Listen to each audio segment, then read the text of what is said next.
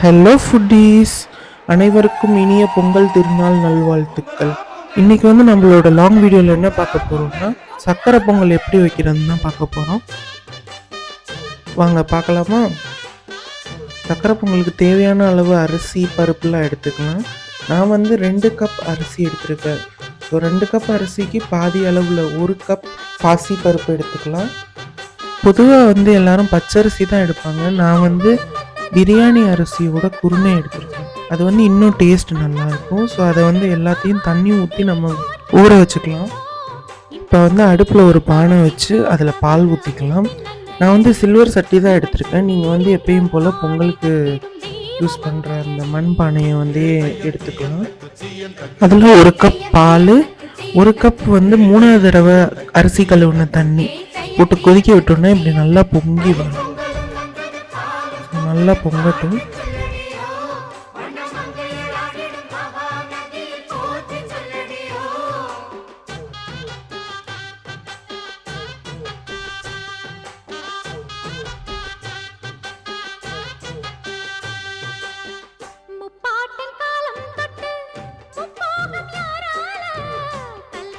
So நல்லா பொங்கி வரவும் அதில் நம்ம ஆல்ரெடி ஊற வச்சுருக்க அந்த அரிசி பருப்பெல்லாம் போட்டு நல்லா கொதிக்க விட்டுக்கலாம்.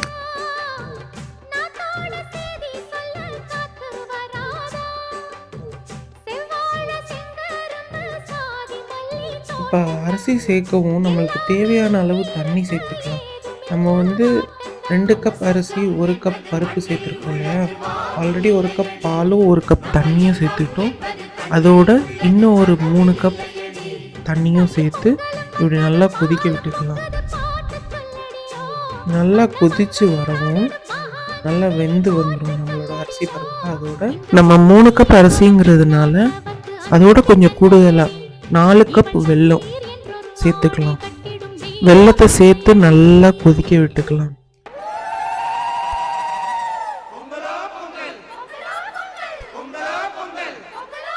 ஸோ நம்ம எப்பயுமே வெல்லம் இப்போ எப்படி நம்ம தூள் பண்ணி சேர்த்துருக்கோம் இல்லையா?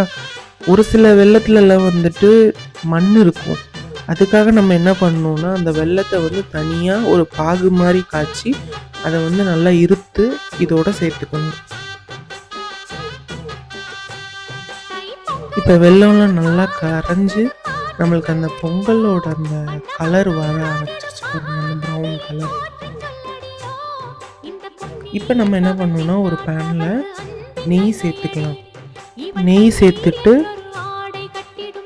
அந்த நெய் நல்லா சூடேறவும் ஏற்கனவே நம்ம துண்டு துண்டாக கட் பண்ணி வச்சுருக்க அந்த தேங்காயை சேர்த்துக்கலாம். தேங்காய் நல்லா பொரிஞ்சு வரவும் அதோட முந்திரி பருப்பு, ஒரு கைப்பிடி அளவு முந்திரி பருப்பு சேர்த்துக்கலாம். இப்போ இதை நல்லா பொரிய விட்டுறலாம். சைடில் நம்ம பொங்கல் எப்படி இருக்குன்னு பார்த்துக்கலாம் வாங்க. ஸோ இது நல்லா அந்த கலர்லாம் மாறி வருது.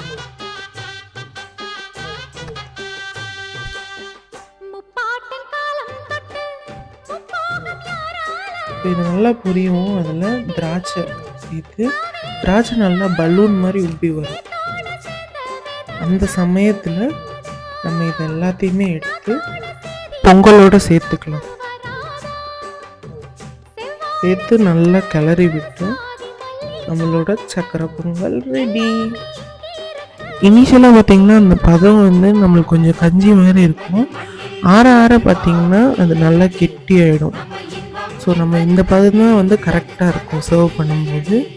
நீங்களும் இந்த முறையில் பொங்கல் செஞ்சு சாப்பிட்டு எப்படி இருந்துச்சுன்னு கீழே இருக்க கமெண்ட் பாக்ஸில் கமெண்ட் பண்ணுங்கள். அனைவருக்கும் இனிய பொங்கல் திருநாள் நல்வாழ்த்துக்கள். நன்றி.